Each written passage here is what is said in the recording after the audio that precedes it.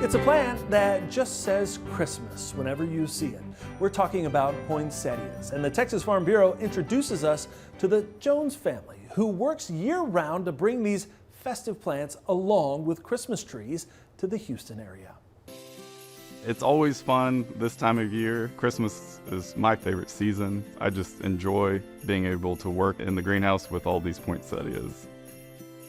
My name is Evan Jones. I'm the production manager here at Spring Creek Growers in Waller, Texas.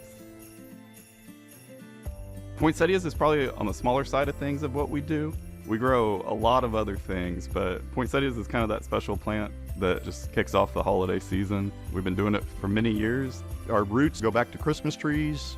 Our facility in Magnolia is 30 acres. It's original family property that Carla, my wife, her family had back almost 100 years. The original farm was my grandparents' property, and they primarily grew produce, vegetables for the Houston market. My parents were aging, and we thought, with Bob's experience in horticulture, that we could find a crop to continue.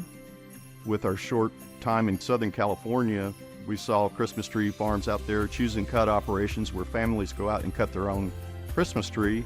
So when we moved back from California in 1991, we planted our first Christmas trees. Later in early 2000, we started growing flowering plants. We started a couple of greenhouses at our other location where the Christmas trees are. It was probably about less than half an acre. Now we're on 60 acres with about 10 acres of production.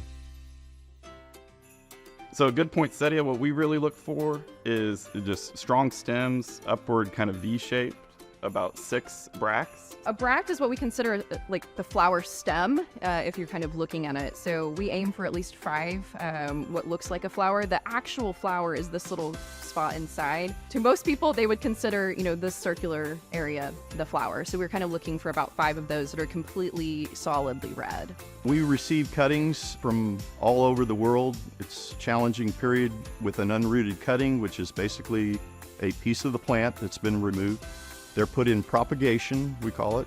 We will go through the process of putting roots on that plant. Then they will actually be transplanted to the green pot that you see here. From there, the process is really watching the cultural side of it, which is fertility, water, light. We'll take that individual cutting and we'll actually pinch the top of that plant out, and that will create what we call breaks, which are side branches that will come out, and that's how you get your 5 to 6 individual bracts on the plant. The harvest season is super fast. We will move about 30,000 poinsettias in 8 to 10 days. It's very full here, and in about a 3-day time window, what we're looking at here will be completely gone and empty. Most of these poinsettias will go to churches and fundraisers.